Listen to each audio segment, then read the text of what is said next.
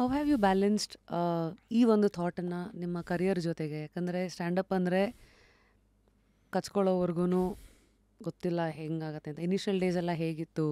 ದುಡ್ಡುಗಳೆಲ್ಲ ಚೆನ್ನಾಗಿ ಓಡಾಡ್ತಾ ಇತ್ತು? ಆಪರ್ಚುನಿಟೀಸ್ ಹೆಂಗಿತ್ತು? ಅದೇ ನಾನು ಹೇಳಿದ್ನಲ್ಲ, ಸೊ ನಾನೇನು ಮಾಡಿದೆ, there is one basic reason why I like stand up comedy.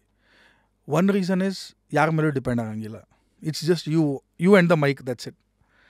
Mike ಕೊಟ್ಬಿಟ್ರೆ ಯುವರ್ ಕೆರಿಯರ್, ನಿಮ್ಗೆ ಯಾರು ಬಂದು ಸಾಬೋಟಾಜ್ ಮಾಡೋದಾಗಲಿ, ಯಾರೋ ಕಾಲು ಎಳೆಯೋದಾಗಲಿ, ಅಲ್ಲಿ ಜಾಸ್ತಿ ಅದಕ್ಕೆ ಸ್ಕೋಪ್ ಇಲ್ಲ. ನೀವು ಮಾತ್ರ ಅಲ್ಲಿ ನೀವು ಸ್ಕ್ರಿಪ್ಟ್ ಬರೀತೀರಾ, ನೀವು ಪರ್ಫಾರ್ಮ್ ಮಾಡ್ತೀರಾ, ಆಡಿಯನ್ಸ್ ಏನು ರಿಯಾಕ್ಟ್ ಮಾಡ್ತಾರೆ, ಆಡಿಯನ್ಸ್ ಜೊತೆ ಇಂಟ್ರ್ಯಾಕ್ಟ್ ಮಾಡ್ತೀರಾ. If they are liking it, you will get more shows.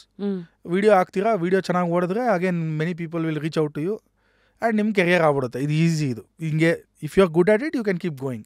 You don't have to worry about anything else. Second main important point why I started standup comedy is, ನನ್ನಲ್ಲಿರೋ negative points ಆಗಲಿ, ನನ್ನಲ್ಲಿರೋ short comings ಆಗಲಿ, ನನ್ನಲ್ಲಿರೋ frustrations ನಾನು material ಆಗಿ ಮಾಡಿರೋದು actually. So ನನ್ನ stand up comedy set, if you observe, it's very personal journey ನನ್ನ ಜೊತೆ ಆಗಿರೋದು. ಸೊ ನೀವು ಮನಸ್ಸಲ್ಲಿ ಇಟ್ಕೊಂಡು ಏನು ಇವ್ರು ನನ್ನ ಆಡಿಯನ್ಸು, ಇವ್ರಿಗೆ ನಾನು ಮಟೀರಿಯಲ್ ಮಾಡಬೇಕು ಅಂತ ಉಲ್ಟಾ ಯಾವತ್ತೂ ಮಾಡಿಲ್ಲ? ಅದು ಮಾಡಬೇಕಾಗುತ್ತೆ. Actually that comes with lot of time, with time. But initially it was about your own life become your material. Exactly. First start ಮಾಡಿದೆ ಹೇರ್ ಲಾಸಿಂದ. ಸೊ ಹೇರ್ ಲಾಸ್ ಇದೆ, ನಾನು ನೋಡಿದ್ರೆ ಹಿಂಗೆ ಅನಿಸುತ್ತೆ, ಮುಖ ತೊಳೆಯೋಕೆ ಹೋದರೆ ಮೈ ಸ್ನಾನ ಮಾಡ್ದಂಗೆ ಆಗುತ್ತೆ, ಈ ಥರ ಜೋಕ್ಸು. ಅದೇ ಏನಾಗುತ್ತೆ, hair loss related bald jokes ಏನೇನಿದೆ, ಅದೇ became the first initial stand up comedy set. And engineering obviously ಚೆನ್ನಾಗಿತ್ತು. ಅಂದರೆ ಯಂಗ್ಸ್ಟರ್ಸ್ದು ಅದೇ ಪ್ರಾಬ್ಲಮ್ಸ್ ಇರುತ್ತೆ. ಒಂದು ಇಂಜಿನಿಯರಿಂಗ್ ಟೈಮಲ್ಲಿ ಏನಿರುತ್ತೆ ನಿಮಗೆ, ಐದರ್ ನಿಮಗೆ ಮಾರ್ಕ್ಸ್ ಕಮ್ಮಿ ಇರುತ್ತೆ, ಅಥವಾ ಇಂಜಿನಿಯರಿಂಗಲ್ಲಿ ಆಗಿದ್ದು ಲವ್ ಬ್ರೇಕಪ್ ಅದಿರುತ್ತೆ, ಇಲ್ಲ ಅಂದರೆ ಓಕೆ ಇಂಜಿನಿಯರಿಂಗ್ ಫೋರ್ಸ್ ಮಾಡಿದ್ರು ಮನೆಯಲ್ಲಿ ಅಂತ ಇರುತ್ತೆ, ಅಪ್ಪ ಅಮ್ಮನ ಬಗ್ಗೆ ಇರುತ್ತೆ, ಇಷ್ಟೇ ಇರುತ್ತಲ್ವ. ಅಷ್ಟೇ ಇದ್ದಿದ್ದು ಫಸ್ಟು. ಬಟ್ ದೆನ್ ನೀವು ಇನ್ನೂ ಶೋಸ್ ಮಾಡ್ತಾ ಏನು ಗೊತ್ತಾಗುತ್ತೆ ಅಂದರೆ, if a comedian is able to gauge the audience and ಏನಂತಾರೆ and suit himself or maybe modify himself in that way, ಅದು ಶೋ ಮುಂಚೆನೇ ಆಗ್ಬೋದು, ಇಲ್ಲ while doing the show also ಆಗ್ಬೋದು. ಇವಾಗ ಶೋ ಮಾಡ್ತಾ ಇರ್ತೀರಾ ನೀವು, ಯಾವುದೋ ಒಳ್ಳೆ ಬಾಂಬ್ ಜೋಕ್ ಇದೆ ನನ್ನ ಹತ್ರ, ಯಾವುದೋ ಇಂಜಿನಿಯರಿಂಗ್ದು ಅಂತ, ನೀವು ಹಾಸ್ಯೋತ್ಸವದಲ್ಲಿ ಬಂದಿರೋವಂಥ ವಯಸ್ಸಾಗಿರೋವಂಥ ಕೆಲವು ಆಡಿಯನ್ಸ್ ಅವ್ರ ಹತ್ರ ಮಾತಾಡಿದ್ರೆ ಅವ್ರೇನು ರಿಯಾಕ್ಟ್ ಮಾಡ್ತಾರೆ ಅಲ್ವಾ? ಸೊ ನೀವು ಆಗಲೇ ಒಂದು 100-200 ಶೋ ಮಾಡಿದರೆ ಟಕ್ಕಂತ ಯೋಚನೆ ಮಾಡ್ತೀರಾ, ಇಲ್ಲ ಗುರು ಇದು ವರ್ಕೌಟ್ ಆಗ್ತಾಯಿಲ್ಲ, ಹಸ್ಬೆಂಡ್ ವೈಫ್ ಜೋಕ್ಸ್ ತಗೋಣ ಅಂತ will bring that. So how do you first gauge your audience? ಈಗ ಉದಾಹರಣೆಗೆ ಒಬ್ಬೊಬ್ರದ್ದು ಒಂದೊಂದು ಇದಿದೆ.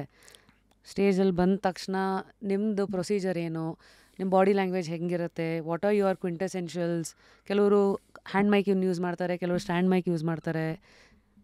ಅಂದರೆ ಇದು ಸ್ಟ್ಯಾಂಡಪ್ ಕಾಮಿಡಿ ಬಂದ್ಬಿಟ್ಟು ಇದು ತುಂಬ ಕೆತ್ತಬೇಕು ಅಂದರೆ it takes a lot of time for you to become a decent comedian also.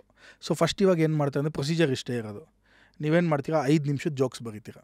ನಿಮ್ಗೇನು ಅನಿಸುತ್ತೋ ಅದು, ನಿಮ್ಮ ಪ್ರಕಾರ ಫನ್ನಿಯಾಗಿರೋದು 5 ಜೋಕ್ಸ್ ಬರೀತೀರಾ 5 ನಿಮಿಷ.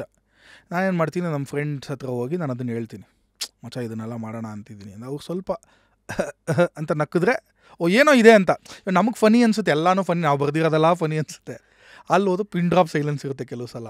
ಸೊ ನೀವೊಂದು 5-6 ಜೋಕ್ ಬರೀತೀರಾ ಅಥವಾ ಏನೋ ಬರೀತೀರಾ, ಫ್ರೆಂಡ್ಸ್ ಎಲ್ಲ ಮಗ ಚೆನ್ನಾಗಿದೆ ಮಗ, ನೀನು ಕಾಮಿಡಿಯನ್ ಆಗ್ಬೋದು, ಏನೋ ಇದೆ, ಇದೆಲ್ಲ ಫನಿ ಇದೆ ಅಂತ ಅವ್ರು ಹೇಳಿದ್ರೆ ನಿಮ್ಗೊಂದು ಸ್ವಲ್ಪ ಕಾನ್ಫಿಡೆನ್ಸ್ ಬರುತ್ತೆ.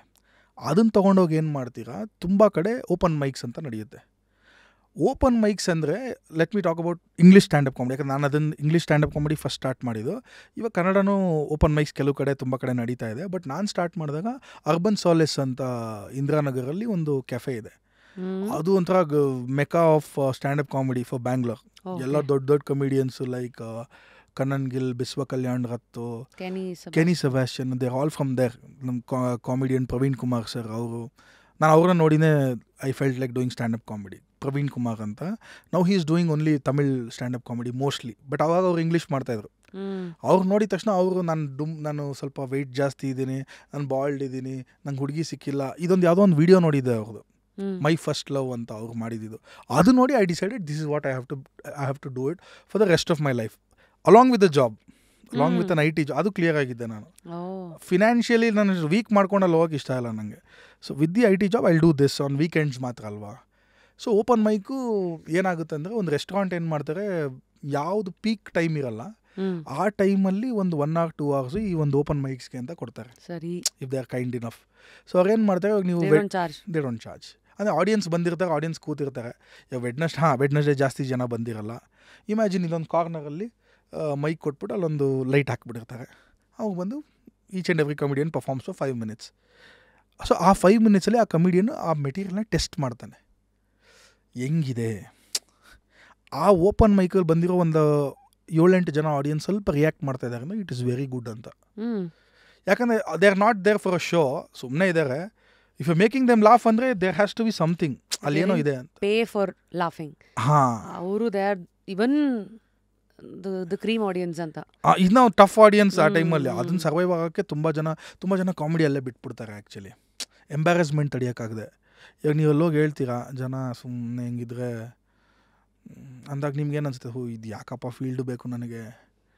ಒಂದೇ ಒಬ್ರಿಗೂ ನಾವು ಪರ್ಫಾರ್ಮ್ ಮಾಡಿರೋ ದಿನಗಳು ಇದೆ. ಒಬ್ಬರೇ ಒಬ್ಬರು ಆಡಿಯನ್ಸ್ ಮೆಂಬರ್ ಆ ಇಡೀ ರೆಸ್ಟೋರೆಂಟಲ್ಲಿ 7 ಜನ ಕಮಿಡಿಯನ್ ಒಬ್ಬರಾದ್ಮೇಲೆ ಬಂದು ಆ ಒಬ್ಬ ಆಡಿಯನ್ಸ್ ಮೆಂಬರ್ಗೆ ಪರ್ಫಾರ್ಮ್ ಮಾಡಿದ್ದೀವಿ ನಾವು ಇಂಗ್ಲೀಷಲ್ಲಿ. ವೆನ್ ವಿ ವರ್ ಡೂಯಿಂಗ್ ಅದು ತೊಗೊಳ್ಳೇಬೇಕು, ನೀವು ತೊಗೋಬೇಕು. ನೀವು ಅದು ಯು ಹ್ಯಾವ್ ಟು ಬಿ ಏನಂತಾರೆ, ಡಿಸ್ಕಂಫರ್ಟ್ ಆಫ್ ಸೈಲೆನ್ಸ್ ಇರುತ್ತಲ್ಲ, ಆ ಸೈಲೆನ್ಸಲ್ಲಿ ಕಂಫರ್ಟಬಲ್ ಆಗಬೇಕು ನೀವು.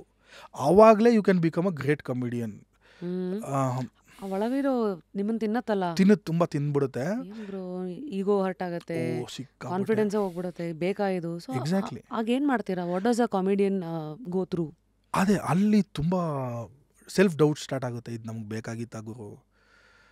ಯಾಕಂದರೆ ಸೈಲೆನ್ಸ್ ಅದು ತುಂಬ ಹಾರ್ಶ್ ಆಗಿರುತ್ತೆ. ರಶ್ಮಿ ಅವರೇ, ನಾನು ಹೇಳ್ತಾ ಇದ್ದೀನಲ್ಲ, ಓಪನ್ ಮೈಕ್ಸಲ್ಲಿ ನೀವು ಏನೋ ಒಂದು 6 ತಿಂಗಳಿಂದ ಬರೆದಿರ್ತೀರ, ಅಲ್ಲಿ ಹೋಗಿ ಹೇಳಿದಾಗ ಏನು ರಿಯಾಕ್ಷನ್ ಇಲ್ಲದೆ ಇದ್ದಾಗ ದಟ್ ಜೋಕ್ ಇಸ್ ನಥಿಂಗ್, ಅದೇನಂತ you have to work on it ಅಂತ. But then who keeps going after that ಅಲ್ವಾ, ಅವರು ಸ್ಟೇ ಆಗಿಬಿಡ್ತಾರೆ. ಈ ಹೋಟೆಲ್ ಇಂಡಸ್ಟ್ರಿ ಬಗ್ಗೆ ಯಾವುದೋ ಒಂದು ಇಂಟರ್ವ್ಯೂಲಿ ಹೇಳ್ತಾ ಇದ್ರು, ಹೋಟೆಲ್ ಇಂಡಸ್ಟ್ರಿಲಿ ನೀನು ಎಲ್ಲ ಚಾಲೆಂಜಸ್ಸು ಫೇಸ್ ಮಾಡಿ ಹೆಂಗಾನ ಕಷ್ಟಪಟ್ಟು 10 ವರ್ಷ ನೀನು ಸರ್ವೈವ್ ಆಗ್ಬಿಟ್ಟೆ ಅಂದರೆ ಆಮೇಲೆ ಹೆಂಗೋ ಮಾಡ್ಕೊಂಡು ಹೋಗ್ತೀವಿ ಅಂತ. 10 ವರ್ಷದಲ್ಲಿ ನೀನು ಏನಾದ್ರು ಮಾಡೋದು ಮುಚ್ಕೊಂಡು ಹೋಗ್ಬಿಡ್ತೀವಿ ಅನ್ನೋದು. ಇದು ಎಕ್ಸಾಕ್ಟ್ಲಿ ಹಂಗೇನೆ. ಆ ಥ್ರೆಶೋಲ್ಡ್ ಇರುತ್ತೆ ನೋಡಿ, ನೀವು ಅದು ನಿಮ್ಗೆ ಆಗಲ್ಲ ಅಂತ ಇರುತ್ತೆ. But still you have to keep going ಸ್ವಲ್ಪ.